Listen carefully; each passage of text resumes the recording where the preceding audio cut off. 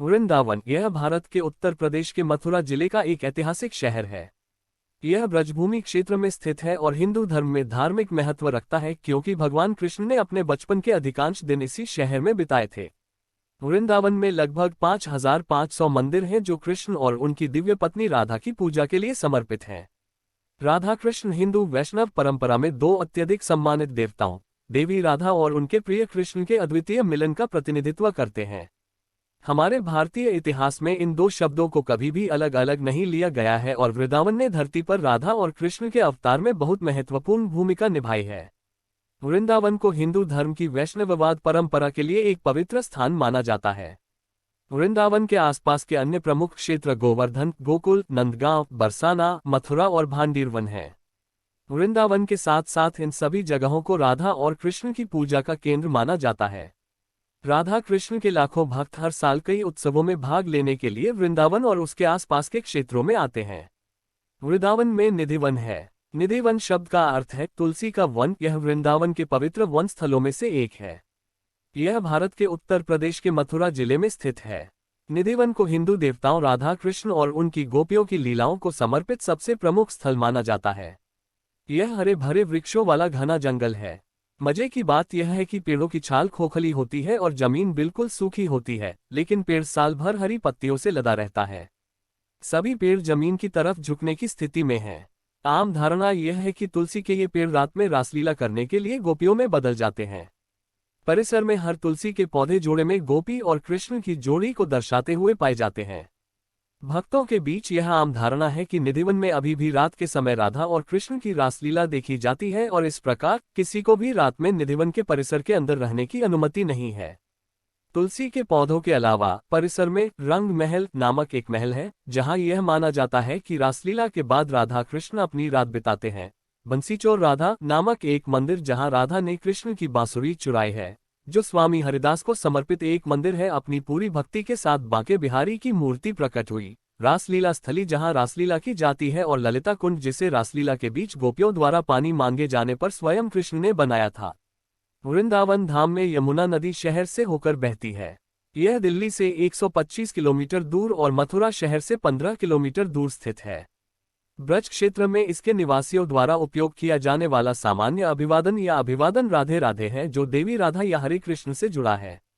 जमुना प्रवाह के हिसाब से गंगा की दूसरी सबसे बड़ी सहायक नदी है और भारत की सबसे लंबी सहायक नदी है। गंगा की तरह यमुना को हिंदू धर्म में अत्यधिक पूजा जाता है और देवी यमुना के रूप में पूजा जाता है। हिंदू धर्म में वह सूर्य देवता सूर्य की बेटी है और मृत्यु के देवता यम की बहन है और इसलिए उसे यमी के नाम से भी जाना जाता है। लोकप्रिय किंवदंतियों के अनुसार इसके पवित्र जल में स्नान करने से व्यक्ति मृत्यु की पीड़ा से मुक्त हो जाता है। यमुना एक नदी और देवी के रूप में कृष्ण के साथ घनिष्ठ संबंध रखती है। पुराण नदी और उसके आसपास के संबंध में कृष्ण के बारे में कई कहानियां सुनाते हैं। ऐसी ही एक कहानी कालिया दमन की है, जिसने नदी पर बसे और ब्रज के लोगों को आतंकित किया था। केसी घाट पर शाम को होने वाली यमुना आरती देखने लायक होती है। वृंदावन में केसी घाट के अलावा कुल 17 घाट हैं। वृंदावन राधा कृष्ण की भूमि में लगभग 5500 मंदिर हैं, जो उन्हें उनकी दिव्य लीलाओं को प्रदर्शित करने के लिए समर्पित हैं। कुछ महत्वपूर्ण तीर्थ स्थल हैं। श्री राधा मदन मोहन मंदिर कालीदा घाट के पास स्थित मुल्तान के कपूर रामदास द्वारा बनवाया गया था। वृंदावन के सबसे पुराने मंदिरों में से एक, यह चैतन्य महाप्रभु के साथ निकटता से जुड़ा हुआ है। मदन गोपाल के मूल देवता को औरंगजेब के शासन के दौरान सुरक्षित रखने के लिए राजस्थान के करौली में मंदिर से स्थानांतरित कर दिया गया था। आज मंदिर में मूल देवता की प्रतिकृति की पूजा की जाती है। अगला तीर्थ स्थल है श्री राधा रमन मंदिर। गोपाल भट्ट गोस्वामी के अनुरोध पर निर्मित और राधा के साथ राधा रमन के रूप में कृष्ण के शालिग्राम देवता हैं। श्री राधा रमन जी के लिए प्रसाद मंदिर की रसोई में गोस्वामी परिवारों के पुरुष सदस्यों द्वारा तैयार किया जाता है। मंदिर के शुरुआती दिनों में जलाई गई रसोई में लगी आग आज भी जारी है। गोस्वामी परिवारों को उनकी व्यक्तिगत सेवा अवधि के लिए अग्रिम रूप से एक कैलेंडर आवंटित किया जाता है और वे उसी के अनुसार सेवा करते हैं। वे अपनी अवधि के दौरान अपने शिष्यों को भी आमंत्रित करते हैं और प्रमुख पारिवारिक समारोह मनाते हैं। यात्रा करने के लिए अगला तीर्थ स्थल है बांके बिहारी मंदिर। स्वामी हरिदास द्वारा निधिवन में बांके बिहारी की छवि की खोज के बाद 1862 में बनाया गया था। बांके बिहारी मंदिर का इतिहास यह है कि बांके बिहारी मंदिर की स्थापना प्रसिद्ध गायक तानसेन के गुरु स्वामी हरिदास ने की थी। एक बार अपने शिष्यों के अनुरोध पर स्वामी हरिदास जी ने निधिवन वृंदावन में निम्नलिखित पद गाया था। मायरी सहज जोरी प्रगट भाई जू रंग की गौर श्याम धन दामिनी जायसेन सुगर चतुर सुंदरता ऐसे। श्री हरिदास के स्वामी श्यामा कुंज बिहारी सम वैस वैसे। छंद गाने पर आकाशीय युगल श्यामा श्याम उनके और उनके भक्तों के सामने प्रकट हुए। श्री स्वामी जी के अनुरोध पर युगल एक में विलीन हो गए और बांके बिहारी की मूर्ति वहां प्रकट हुई। मूर्ति की स्थापना निधिवन में की गई। श्री बांके बिहारी मंदिर में स्थापित बिहारी जी की छवि स्वामी हरिदास को स्वयं दिव्य युगल श्यामा श्याम द्वारा प्रदान की गई है। भक्तों की इच्छा को स्वीकार करते हुए भगवान गायब होने से पहले अपनी दिव्य पत्नी और बाईं ओर एक काली आकर्षक छवि के साथ प्रकट हुए। राधा वल्लभ मंदिर वृंदावन के प्राचीन मंदिरों में से एक है। इसका निर्माण 1585 ईस्वी में हुआ था और यह लाल बलुआ पत्थर से बना पहला मंदिर था। मंदिर के केंद्रीय देवता कृष्ण हैं, जिनकी पूजा श्री राधा वल्लभ के नाम से की जाती है, जिसका अर्थ है राधा की पत्नी। कृष्ण के साथ एक मुकुट रखा गया है जो देवी राधा की उपस्थिति का प्रतीक है। लाल बलुआ पत्थर से बना मंदिर देखने लायक जगह है। अगला तीर्थ स्थल है श्री राधा दामोदर मंदिर। एक हिंदू मंदिर है जो हिंदू देवताओं राधा और कृष्ण को समर्पित है। मंदिर में कृष्ण को राधा के साथ दामोदर के रूप में पूजा जाता है। यह वृंदावन के प्रमुख 7 गोस्वामी मंदिरों में से एक है। श्री राधा दामोदर मंदिर की स्थापना पहली बार जीवा गोस्वामी ने 1542 सीई में की थी और यह वृंदावन के सेवा कुंज में स्थित था। बाद में 1670 में जब मुस्लिम सम्राट औरंगजेब ने वृंदावन पर आक्रमण किया तो मूल देवताओं राधा दामोदर को कुछ समय के लिए जयपुर में स्थानांतरित कर दिया गया और जब सामाजिक परिस्थितियां अनुकूल हो गईं, तो देवताओं को वर्ष 1739 सीई में वृंदावन वापस लाया गया। देवताओं राधा दामोदर की सेवा की गई तब से वृंदावन में। 1596 में जीवा गोस्वामी के लापता होने से पहले उन्होंने अपने उत्तराधिकारी कृष्णदास मुख्य पुजारी की देखभाल में देवताओं को छोड़ दिया। वर्तमान में कृष्णदास के वंशज देवताओं की सेवा कर रहे हैं। मंदिर का महत्व यह है कि राधा दामोदर मंदिर की 4 परिक्रमा गोवर्धन पहाड़ी की एक परिक्रमा के बराबर है। मंदिर के परिसर के अंदर रूपा गोस्वामी समाधि और जीवा गोस्वामी समाधि सहित कई गौड़ीय संतों की समाधियां भी हैं। इस्कॉन के संस्थापक श्रील प्रभुपाद भी कृष्ण के बारे में प्रचार करने के लिए संयुक्त राज्य अमेरिका जाने से पहले 6 साल तक इस मंदिर में रहे थे। जैसा कि हम सभी जानते हैं कि श्री कृष्ण राधा के बिना अधूरे हैं, तो चलिए श्री राधा रानी के जन्म स्थान पर चलते हैं जो बरसाना में है। बरसाना भारत के उत्तर प्रदेश राज्य के मथुरा जिले का एक ऐतिहासिक शहर और नगर पंचायत है। बरसाना को कृष्ण की प्रमुख पत्नी हिंदू देवी राधा का जन्मस्थान और घर माना जाता है। यह ब्रज क्षेत्र में है। शहर का मुख्य आकर्षण राधा रानी मंदिर है। मथुरा, वृंदावन, बरसाना, गोवर्धन पास के शहर हैं जो सभी कृष्ण से जुड़े हुए हैं और हर साल बड़ी संख्या में भक्तों को आकर्षित करते हैं।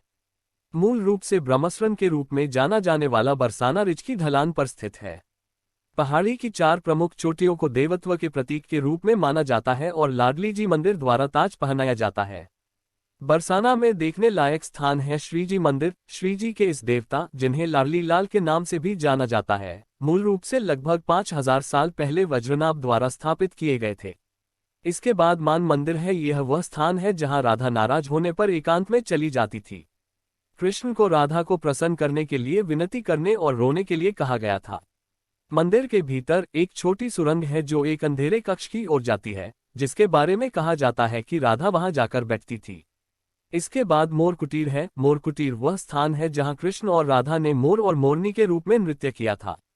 कृष्ण कुंड या राधा सरोवर है। यह वह तालाब है जो जंगलों और गुफाओं के केंद्र में स्थित है, जहां माना जाता है कि राधा स्नान करती हैं। इसके साथ ही यह भी माना जाता है कि राधा कृष्ण यहां जलक्रीड़ा किया करते थे। ऐसा कहा जाता है कि जो भी व्यक्ति इन कुंडों में डुबकी लगाता है, वह अपने सभी पापों से मुक्त हो जाता है और वैकुंठ प्राप्त करता है। फिर घूमने के लिए अगली जगह सांकरी खोर है। यह ब्रह्मा पहाड़ी और विष्णु पहाड़ी के जंक्शन पर एक बहुत ही संकरा मार्ग है। कहा जाता है कि यहाँ कृष्ण और ग्वालों ने कर संग्रहकर्ता का वेश धारण किया था और राधा रानी और उनकी सखियों का रास्ता रोकते थे और उन्हें सांकरी खोर से गुजरने देने के लिए दही, मक्खन और घी मांगते थे। गोवर्धन पहाड़ी को गोवर्धन पर्वत और गिरिराज भी कहा जाता है। भारत के उत्तर प्रदेश के मथुरा जिले में गोवर्धन और राधाकुंड के क्षेत्र में स्थित एक 8 किलोमीटर लंबी पहाड़ी पर एक पवित्र हिंदू स्थल है, जो वृंदावन से लगभग 21 किलोमीटर दूर है। यह ब्रज का पवित्र केंद्र है और इसे कृष्ण के प्राकृतिक रूप के रूप में पहचाना जाता है। ऐसा माना जाता है कि गोवर्धन का व्यक्तित्व भक्त की भक्ति को बढ़ाकर उसे आशीर्वाद देता है। इस प्रकार गोवर्धन पर्वत की तलहटी में निवास करने से सभी इंद्रियां और जीव के संबंधित कर्तव्य दिव्यता प्राप्त करते हैं और कृष्ण की सेवा करने के लिए अधिक इच्छुक होते हैं। गोवर्धन हिल को एक पवित्र स्थल माना जाता है क्योंकि यह भगवान कृष्ण के जीवन से संबंधित कई किंवदंतियों का स्थान है। माना जाता है कि देवता पहाड़ी की धरती में सन्निहित हैं। कहा जाता है कि कृष्ण और उनके भाई बलराम ने इसकी छांव में घूमते हुए कुंज, ताल, गुफाएं और हरे भरे गाय चरागाह प्रदान करते हुए कई खुशहाल घंटे बिताए थे। ईडन जैसा अभयारण्य क्षेत्र के झरने, उद्यान, उपवन, निकुंज, कुंड और वनस्पतियों को कृष्ण के रोमांच और राधा के साथ रास के दृश्यों में दर्शाया गया है। आगे बढ़ते हुए हम पाते हैं रमन रेती में श्री कृष्ण बलराम मंदिर का निर्माण international society for Krishna consciousness द्वारा किया गया था। इस मंदिर के प्रमुख देवता कृष्ण और बलराम हैं, साथ में राधा, श्याम सुंदर और गौरा निताई हैं। मंदिर के पास शुद्ध सफेद संगमरमर से बनी इस्कॉन के संस्थापक एसी भक्तिवेदांत स्वामी प्रभुपाद की समाधि है। एक अन्य तीर्थ स्थल प्रेम मंदिर है जो दिव्य प्रेम को समर्पित वृंदावन के बाहरी इलाके में 54 एकड़ की साइट पर स्थित एक आध्यात्मिक परिसर है। मंदिर की संरचना आध्यात्मिक गुरु कृपालु महाराज द्वारा स्थापित की गई थी। संगमरमर से निर्मित मुख्य संरचना और कृष्ण की आकृतियां मुख्य मंदिर को कवर करती हैं। प्रेम मंदिर सुंदर उद्यानों और फव्वारों से घिरा हुआ है। मंदिर परिसर में श्री कृष्ण की 4 लीलाओं का आत्मकथ चित्रण है: झूलन लीला, गोवर्धन लीला, रास लीला और कालिया नाग लीला। वृंदावन चंद्रोदय मंदिर वृंदावन, मथुरा, भारत में निर्माणाधीन एक मंदिर है। योजना के अनुसार यह दुनिया का सबसे ऊंचा धार्मिक स्मारक होगा। 700 करोड़ रुपए की संभावित लागत पर यह दुनिया के सबसे महंगे मंदिरों में से एक होने की संभावना है। इस्कॉन बेंगलोर द्वारा मंदिर की योजना बनाई गई है। नियोजित प्रयास में लगभग 700 फीट की ऊंचाई तक मंदिर और 540,000 वर्ग फुट का एक निर्मित क्षेत्र शामिल है। यह परियोजना 62 एकड़ भूमि में स्थापित है और इसमें पार्किंग और एक हेलीपैड के लिए 12 एकड़ शामिल है।